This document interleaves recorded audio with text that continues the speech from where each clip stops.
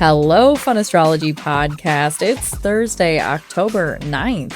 Thomas is going to take the day off tomorrow, so I will also be setting you up for the weekend. So let's get started.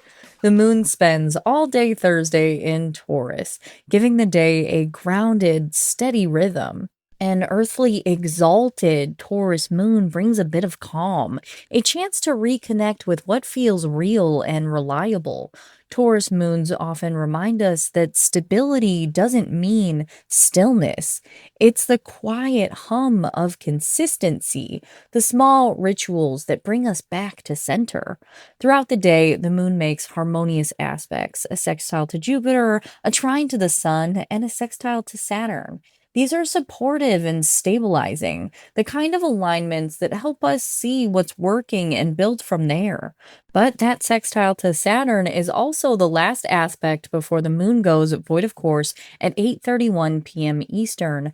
That means from 8:31 p.m. until 1:12 a.m. Friday, when the moon enters Gemini, we're in a void window, a natural pause in the lunar rhythm, a good time to slow down, finish what's already in motion, and avoid starting something brand new. Taurus moons already encourage presence, but the void adds to the exhale, a moment to just be. When the moon moves into Gemini early Friday morning, the energy lightens and becomes more curious. But this Gemini moon isn't all chatter and movement. It's connecting directly to what Thomas and I are calling the Great Pyramid of Outer Planets. On Friday, the moon will sextile Neptune in Aries, conjunct Uranus in Gemini, and trine Pluto in Aquarius. These aspects open mental space. They invite new ideas, surprising insight, and intuitive downloads. But they also ask for discernment, because Mercury, the ruler of this moon, is freshly in Scorpio and still carrying the impact of its square to Pluto from earlier in the week. So while the moon in Gemini wants to dance between ideas and possibilities, Mercury in Scorpio wants to dig. It's focused on truth, depth, and power. The result? Words have weight. Thoughts have meaning. We may find ourselves confronting what's beneath the surface of conversations, what's unspoken, or what we've avoided saying. It's not about being cautious with our words out of fear, but rather being intentional with them, aware that they can both reveal and reshape reality. Saturday brings the exact opposition between Venus in Virgo and Saturn in Pisces, and this is the defining aspect of the weekend. Venus wants connection, pleasure, and ease. Saturn demands responsibility, boundaries, and growth. Together, they ask, what is truly valuable to you, and are you willing to tend to it with care and consistency? This isn't a soft, romantic Venus aspect. It's a maturing one.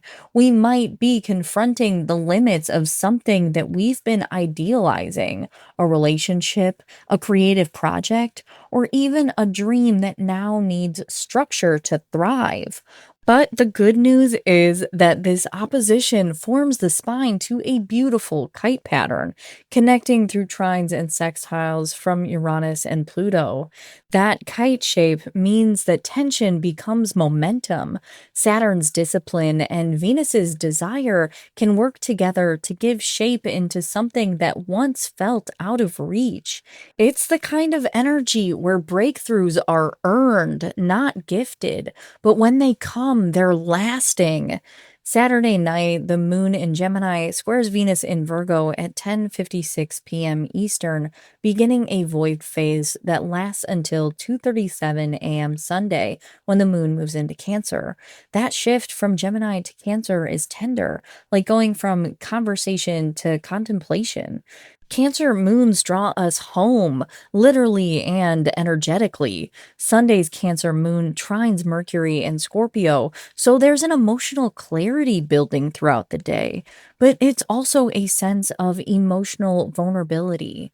It's a weekend to balance the heart and the head, and that's not always easy. The skies are offering a space to see where boundaries and care coexist, where freedom and commitment intertwine.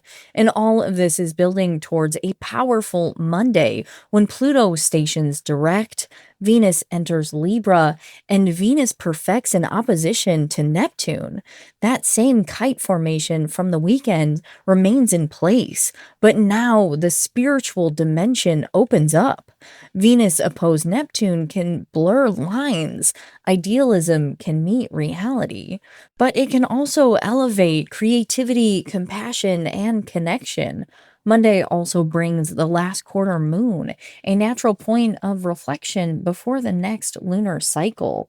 So, as we move through the weekend, notice what's solidifying, what's asking for maturity, and what's asking to be released.